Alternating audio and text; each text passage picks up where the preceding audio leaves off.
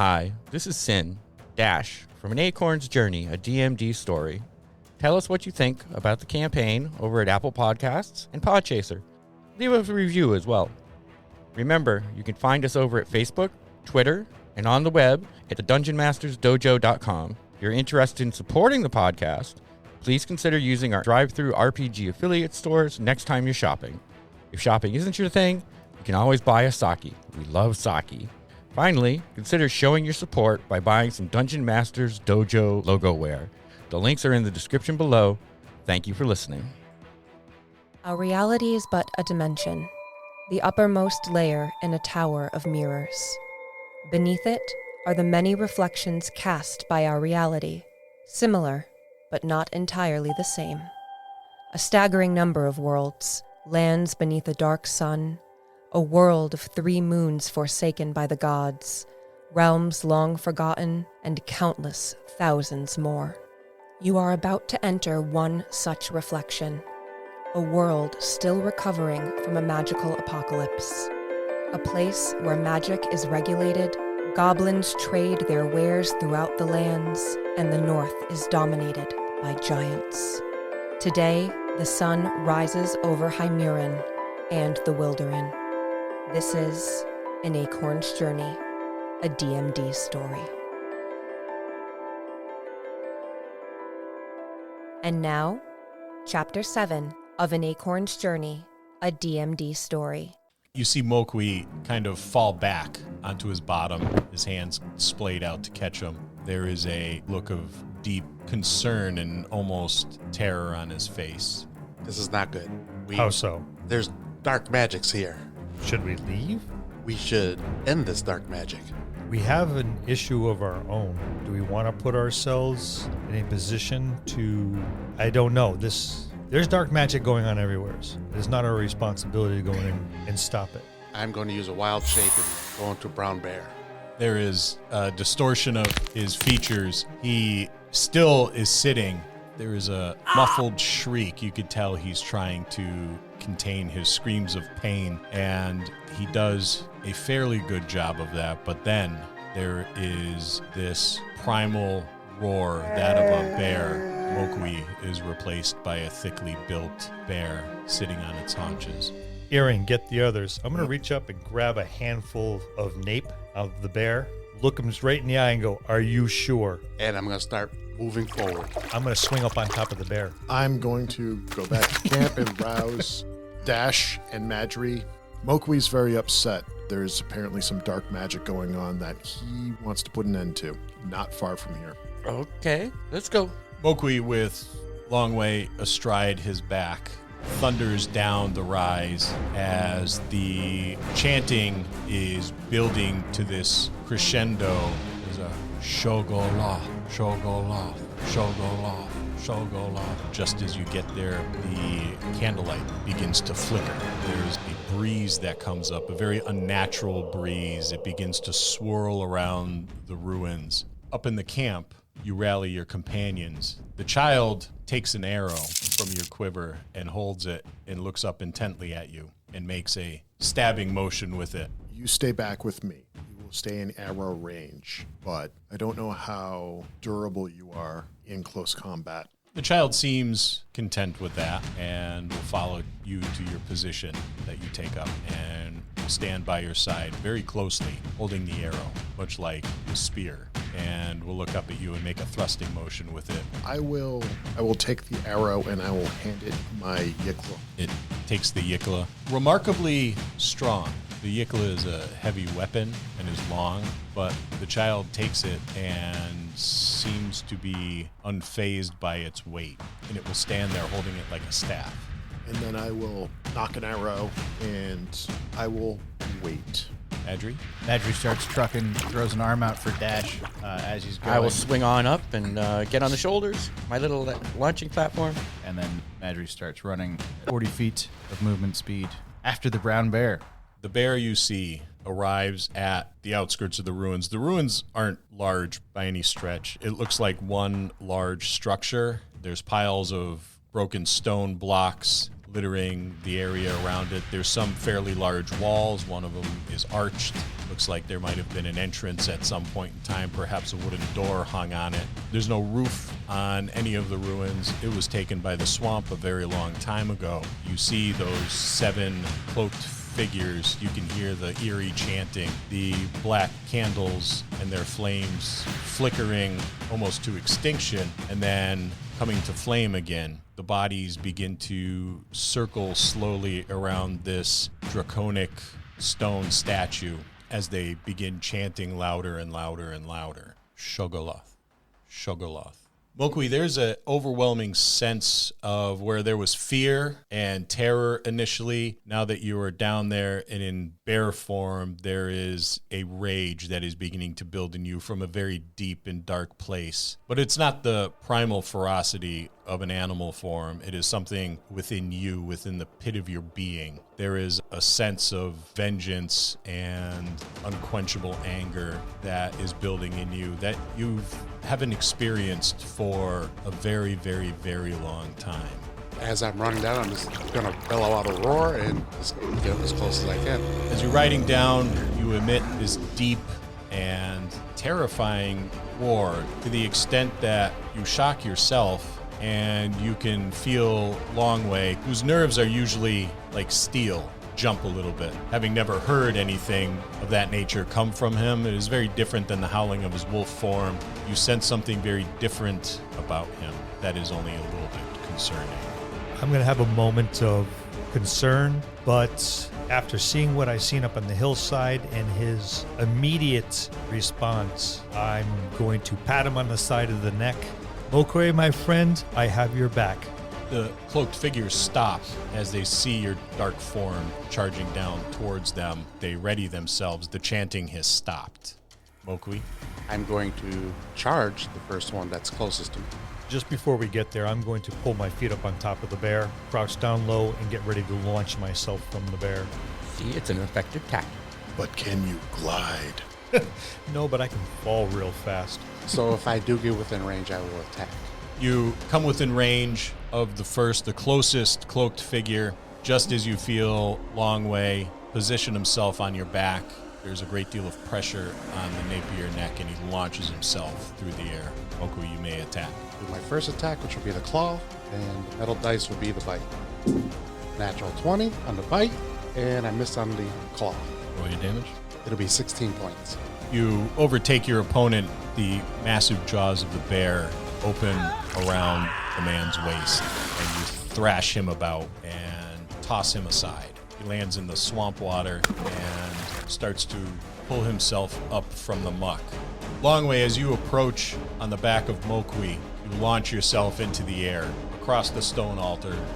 I will target one or the other. I'm on a riding bear. I'm not going to be able to pinpoint, at least I don't think I'm going to be able to pinpoint an exact target, but there's more than enough. It's a target-rich environment. I'm going to swing as I land, but I'll swing at the one I'm coming down closest to. You effectively leap into a small crowd of individuals. As you're coming down, you raise your sword over your head, and one of them begins to pull a scimitar from its sheath. Make your attack. Well, that's not very good. That's only a 10.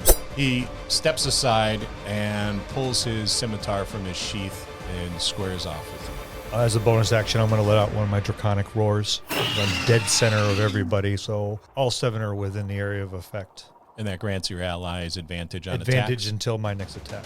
Iring? Since I'm at range, would I have advantage since I'm away and they're probably fire, so they're probably not aware of my presence? I'll grant you that. I will shoot at one of them. 8. An arrow whizzes by you, Mokwi and Longwei, and sticks into one of the walls of the ruins. Madry, Dash, you make it down to the ruins where the cultists are, and you may attack on the next round. Can Madry take out a short bow and use an arrow? Oh, you could? Yes, if you'd like. Just gonna do that. 19. 19 hits. Max damage. It's going to be 8 damage to one of the cultists. Are you targeting anybody in particular? One is extracting himself from the muck after being tossed aside by Mokwi in his bear form. There's one squaring off with Longwei now, and there's 5 others that are unsheathing weapons. I'll take out the one on the ground that's getting up from the muck. Very tight quarters here. It's almost like shooting fish in a barrel, with the exception of the one that you just targeted. Roll your damage. 8. And he is down. As the cultist is extracting himself from the muck, one of Madry's arrows plunges into his chest with the sickening thump, and he falls back into the swamp water, slowly sinking. Dash, your actions? I'm throwing a dagger into that big mass. That's a nat 20. That'll hit. Ignoring the other one, but it's only for 5 points of damage. Did you roll it twice? A nat 20, I'm not going to get better than that on advantage. No, your weapon. Nat Oh. 20 is double weapon. Oh, that's right. Okay, so it's a 7. Everybody is gone. The cultist nearest to you, Mokwe, will attack with a scimitar, bellowing for Shungaloth as he does so, and he hits you with a nat 20. In bear form, what is your 11. armor class? It's 11? Yeah. That is 4 points of damage. Longwei, 2 additional cultists close in on you to back up their colleague. I'm going to sneer at them. Longwei, your armor class is 17, correct? Correct. The first one, the one that initially squared off with you, attacks you with a scimitar, a big overhanded swing, which you parry out of the way, duck under the next swing of one of the other opponents, and with an open palm attack, you slap a thrust aside. They have all missed. Iring? Iring will take another shot into the fray, casting Zephyr Strike.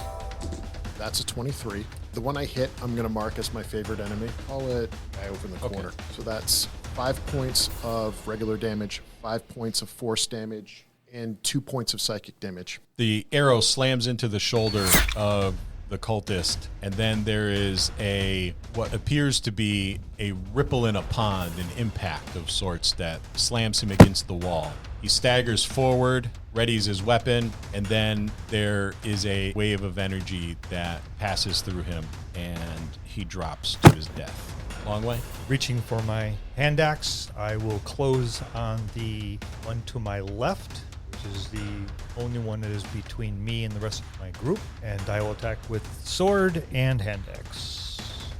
That's going to be, I'm going to get both of these to hit eventually. The 9 is probably not going to hit. The 16? 16? 16 hits. That's the hand axe. And that's going to be for 6 points damage. Dash?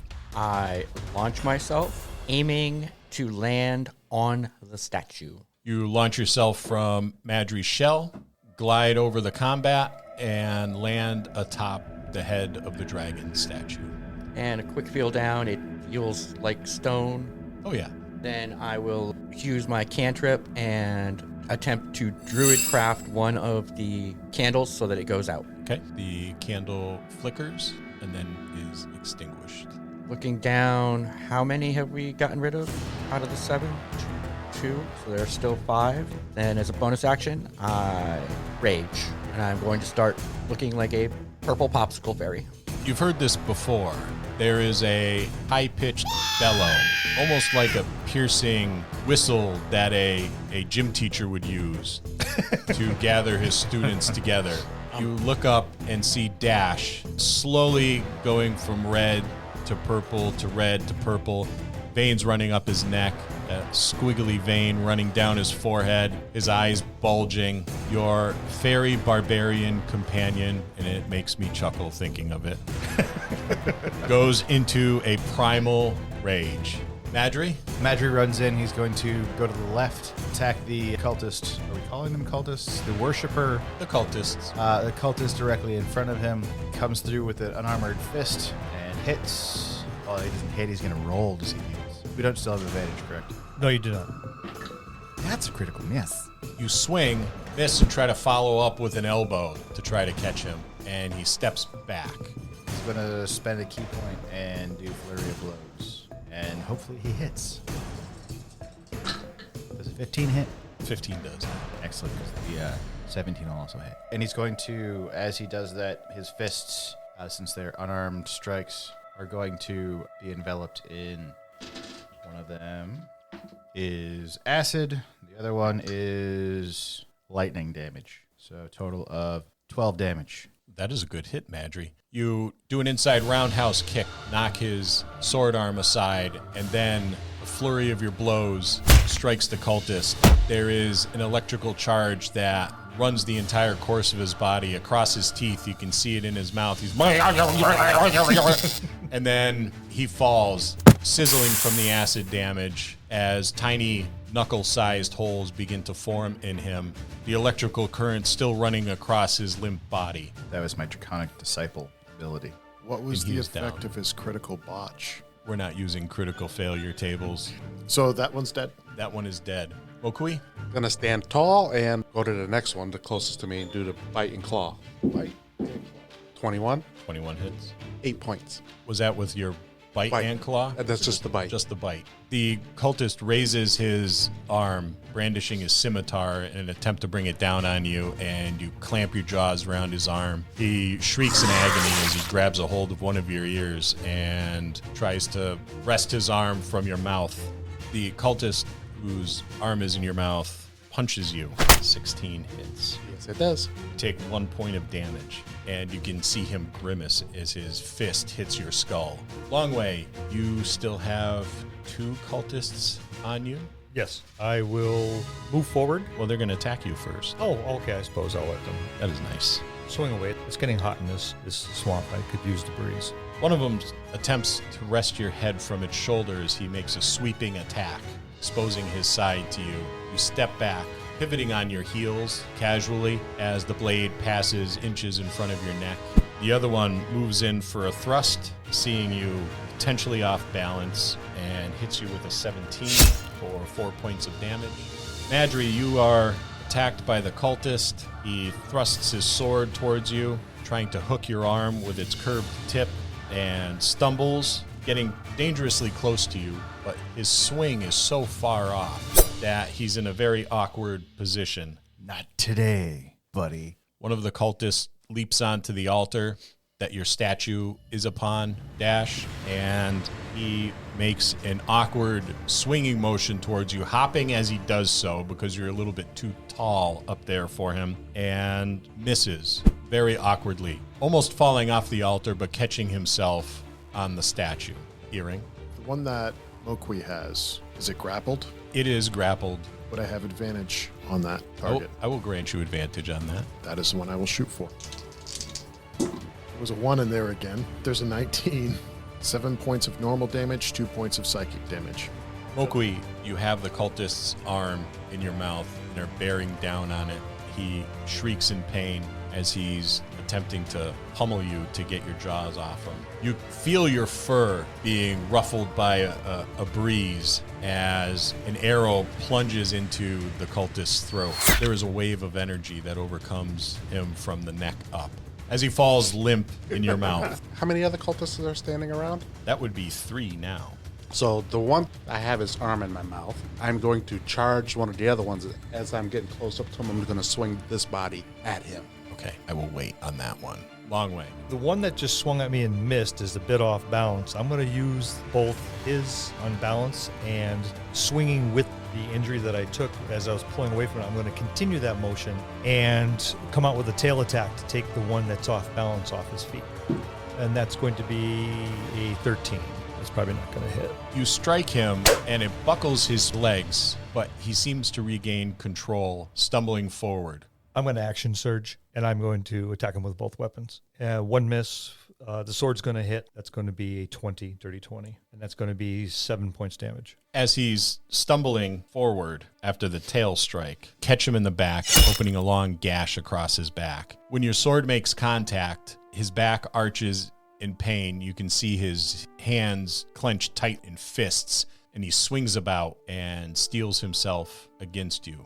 Dash? Dash is going to say, "Bless me, Eagle Brother." Jump up in the air, 3 feet, a couple feet out so I can get around the upper parts of the statue. And then I am going to fold my wings and do a stoop maneuver and just slam my foot into the top of the cultist's head who's below me. That is a 23 dirty. That'll hit. That is 6 points of damage. With your foot? Unarmed strike. Oh. Unarmed strike 4 plus 2 for raging. Okay. Your unarmed strikes do 1 point. So that's 4 bludgeoning. Okay. You wrote it for me. Actually build it. So you leap from the statue, fold your wings in, plunge down onto the cultist who is still on the altar, striking him on the top of the head with your foot. He fails his dexterity save. falling backwards, taking 3 points of damage. He is now prone. Madry? Trying to see where the combatants are. All right, Madry's going to step up to the next one. I'll take out the one that Longwei is facing off against. He's going to punch and potentially punch again, or kick, or It's gonna kill him. first strike. 18, That'll hit. or 6 points of damage. The punch. Is that the one that Longwei struck? Yes. You do an uppercut, palm strike. His head snaps back. There's a cracking sound. His knees buckle, and he falls limp. I will cartwheel over him, and as I do so, I will kick the next one that Dash is facing off against in the face, or attempt to. He's prone, so you get advantage. I will. Oh, yeah. Instead of kicking him in the face, I'm going to just heal to the middle of the chest. 18. That is a good hit. It's a flaming heal. How much damage do you do? 6. You have not lived until you've seen the impressive sight of a turtle cartwheel over a fallen opponent. And then with flaming heel strike, your ki energy builds in you as you let out a massive kia in a deep guttural voice as your foot and calf is engulfed in a ki-powered flame, and you drive your heel down, plunging it deep into his chest, breaking his sternum. He spouts a gout of blood and falls backwards, dead. Mokwi? Mokui's going to take the guy that he still has in his arm, run up to one of the guys, and we'll try to fling this thing at him, at one of the closest one standing up. Okay. First, need a strength check in your bear form. That is 8. As you charge forward and jerk your head to toss the limp form that you have in your mouth, he flies awkwardly towards the last remaining cultists, strikes a wall, missing them, and slowly slides down, leaving a long smear of blood. Can I still have my second attack? Yeah. I'm going to just swipe at the one that's standing. 15 15 hits. for 11 points. Your massive bear paw lashes out and catches him at the top of the shoulder. Your claws, you can feel them dig deep into the flesh, into the muscle, into the bone as you rend his chest open in a spout of blood. And he falls forward with this look of amazement on his face and dies sitting on his heels. So are there any others around? There is one more who immediately drops his weapon and drops to his knees and puts his hands up and says, "Please, mercy. I mean you no harm." That's the end of my turn. The last remaining cultist, after seeing his fellows quite easily exterminated, mauled by a bear, shot from some unseen individual in the swamp, drops to his knees, begins begging for mercy. Iring will put his bow down, still have an arrow knocked, but not like at the ready, and just put an arm down for the child to wait and wait to see what unfolds. Mokwe, this one's to you. And as if he says that, I'm going to walk up to cultist, put my paws on his chest, and push him to the ground. You easily push him to the And I ground. bite his face. And then do that bear pounce. You see Crack, snap, squish. Mokwi in bear form push the cultist down with his two massive paws. He stands up to his full height, lets out a roar, does the bear pounce, and slowly walks over to the cultist, who has this look of abject terror on his face. He's, "No, no, no." And then he opens his mouth and clamps on to the cultist's face. The cultist shrieks in pain and reaches his arms up around Mokwi's face and is pulling and tearing at his fur as Mokwi thrashes him around, and soon he is limp. The bear turns around, stands, and emits a mighty roar.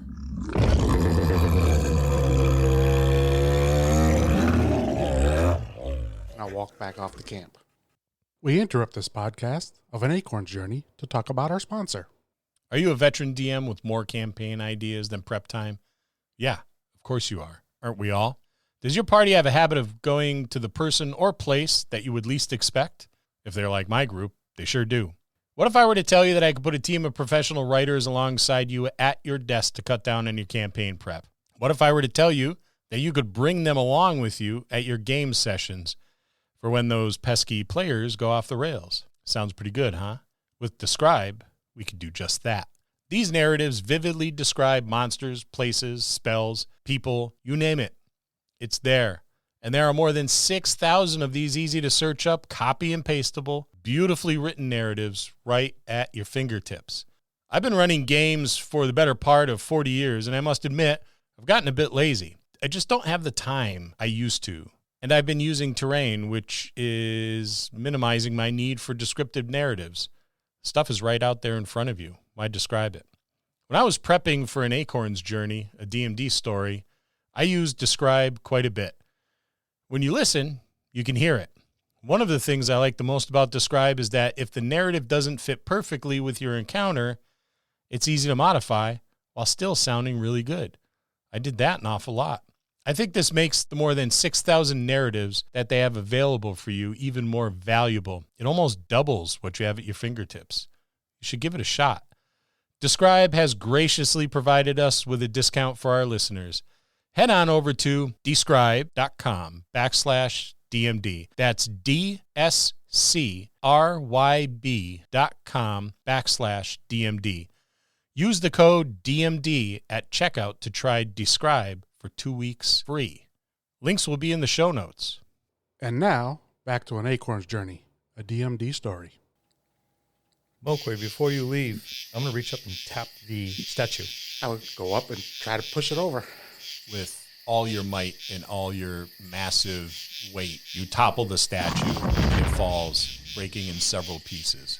I'm going to grab one of the pieces and on the way back to camp, look for a deepish pool and drop one of the chunks into it. I'm going to head to the site and go over it, go through the corpses. Yeah, Madry was going to also go through the corpses and pile them up in a corner. Dash stands up on the chest of the person he just head stomped, looks around going, who's next? Over again, drop the rage, and start gathering up big black candles. The child follows you down and stands in the water of the swamp for a bit, watches the party ransack the corpses, looking from party member to party member and watching intently. Soon it will step onto that piece of land and will drop to its knees and begin to rummage through the clothing as it watches each of you do the same. While also holding the Yokwa. Yeah, with one hand. You don't find anything of consequence on them. There's no coin purses. They're wearing nothing but the black robes. Each of them has a pendant around their neck that is very similar in appearance to the statue, but beyond that, there is nothing. They are made up of different races: humans, a Varanasi elf, orc, a dwarf from the Republic of Karovar. But what they were doing and why they were doing it, you're really not certain. I will take one of the pendants. Might come in use later. Might mean nothing. Mowgli is no longer with you. Perhaps the only one who would be able to shed any light on this occurrence. And what is the condition of the weapons? They're decent weapons. You wouldn't call it fine craftsmanship by any stretch, but they are serviceable. They are effective. These cultists clearly weren't trained warriors. Each of them has the same weapon, a scimitar with a hook at the end, a more pronounced curvature at the end of the scimitar. Or along either side of the scimitar is a razor-thin blade, very small, but it runs the entire length of either side of the scimitar. Initially, you found it odd that they were making thrusting attacks Longwei with a scimitar. You chalked it up to inexperience, poor training, or lack of training. But now, after inspecting the weapons, you realize there is that razor-thin edge, death by 1,000 cuts, perhaps. Maybe these were more ceremonial than actual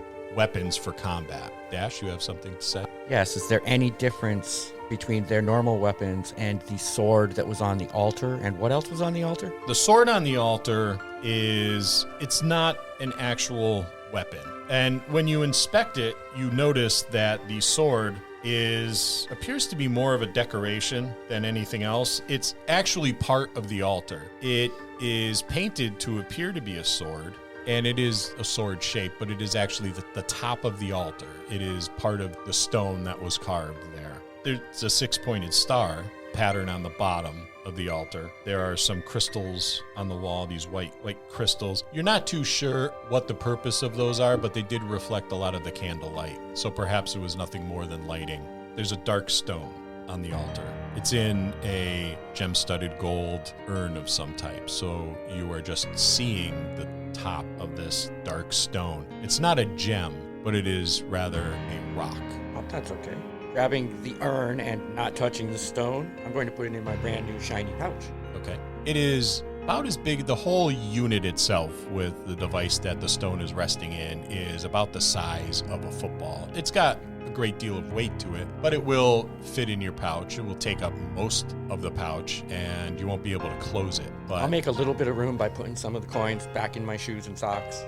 Iring will start taking the bodies and setting them off into the more watery depths of the swamp. Making a fire here be difficult. yes, very challenging. I'm going to continue walking with Mokwe. He's going to need to come down off his rage, and I want to make sure there's someone nearby just in case. Where are you going? Up and around the camp area. I was going to just circle the camp, make sure there's nothing else up in that area. I'm just going to follow him closely, but I'm going to follow him. Not going to disturb him.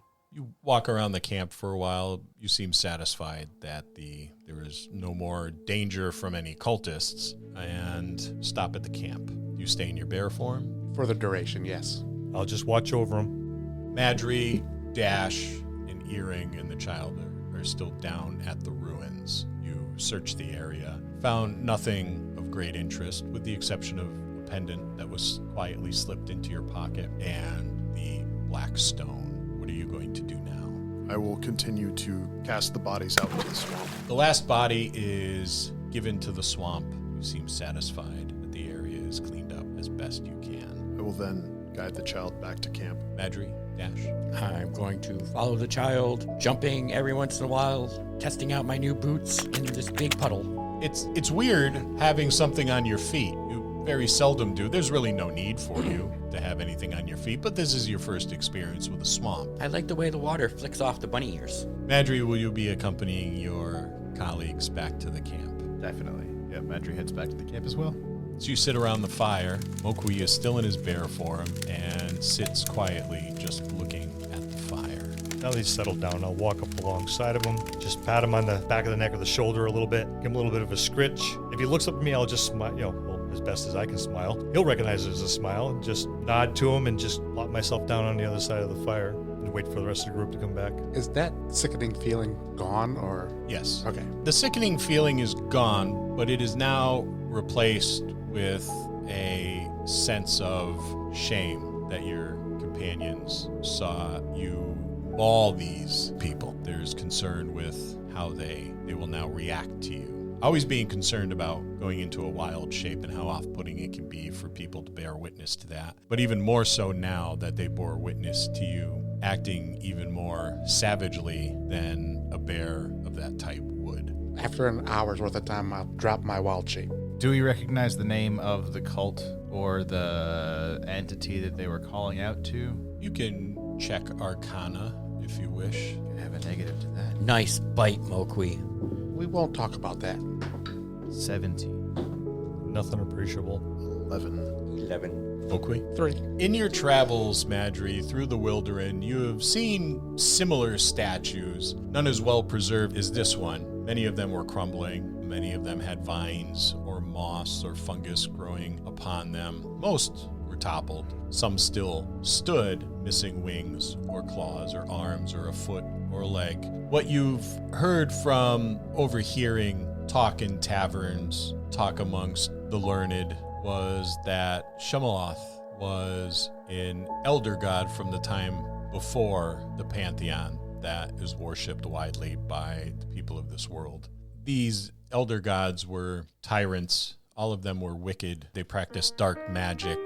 Shemaloth was at one time the overlord of the Wilderin before it was vanquished by a band of Varanasi heroes. Many nights you enjoy sitting in the tavern, drinking and listening to the bards or other storytellers, the wisdoms of various towns and villages, speak about the history of the Wilderin. You've heard these tales and many others. One of the things that you enjoy the most in going to these towns is hearing the stories of the Western world and how much they differ from the stories and epics of the East, where you and Longwei had come from. I'm glad he's paying attention to those because they're obviously getting all the stories wrong and they're not worth listening to. I'll go talk to the soldiers. It's just a different perspective, brother. Madry kind of relays a little bit of this to the group, says, it looks like there's a temple of Shemaloth. I think we did good work tonight, y'all. Now, I believe Shemeloth was tyrant in his day. Something tells me the world is better off without worshipping him. We don't want to bring those deities back. Well, I know there was no dragon they're worshiping too. That was an abomination. Agreed. So you sit by the fire for the remainder of the night, watching over your companion as he stares into the flickering flames, silent for the rest of the evening, knowing that tomorrow you must continue your journey to find Magia the Swamp Witch. And that's where we'll leave it for today. Join us next time as the adventure continues on An Acorn's Journey, a DMD story. Thank you to our cast, Frank Weiden, Ben Petrie, Bill Robitaille, Louis Aponte, Sin Morse, and your DM, Scott.